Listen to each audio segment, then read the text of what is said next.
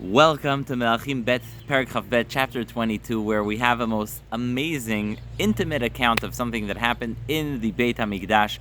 First, let's see who's the king. So we had King Yoshiyahu, who was righteous. We had his son, Menashe, who was the supervillain. He was the most wicked king in the history of Yehuda. His son, Ammon, was also wicked, but he was assassinated by his slaves after just 2 years of being king. The assassins are then killed by the people of Yehuda, who appoint the son of Ammon, Yoshiyahu, to be king at just the age of 8. Can you imagine being king at the age of 8? I don't know what I would do. Anyhow, he becomes king at the age of 8, and life is going well, everything's good, nothing too eventful, until 18 years into his kingdom.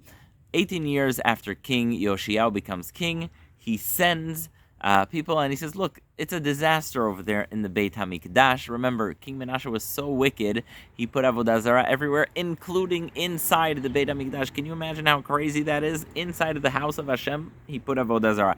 So King Yoshiyahu is like, let's clean up the Beit HaMikdash. Not only that, he says, I want to start taking from the treasures that we have of the Beit HaMikdash and using it for actually fixing it up. I want to start renovating, fixing any crackles, etc.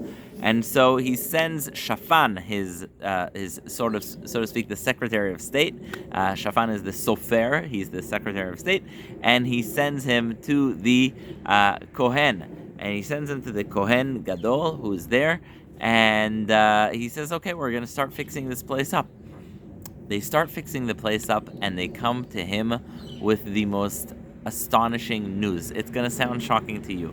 You all have seen a Sefer Torah, but it's as crazy as it sounds. The wicked kings of Yehuda burnt all the Sifrei Torah. King Achaz the wicked burnt the Sifrei Torah, and the Kohanim hid the last Sefer Torah that they had from Moshe in the Beit HaMikdash so that it's not destroyed. And so while they're renovating the Beit HaMikdash, the Kohanim come across this Sefer Torah, which was an unseen book at the time. In the kingdom of Yehuda, the Sefer Torah was unseen. Absolutely mind-boggling. And they bring it to the king, and he opens it, and it says that he tears his clothing.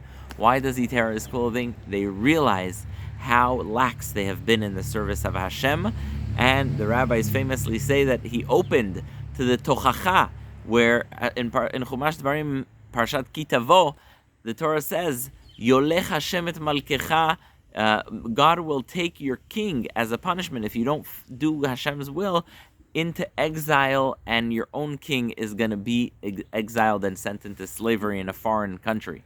And so they realize how much neglect there is, and that the punishment is imminent, and that the punishment of galut, of exile, is imminent, because that's what happens. It says in Sefer Dvarim, when you don't do Hashem's will, that's what's going to happen. And they send to a woman named Chiddon Hatanach. She's a prophetess, and they say to her, what's going to be with the kingdom of Yehuda?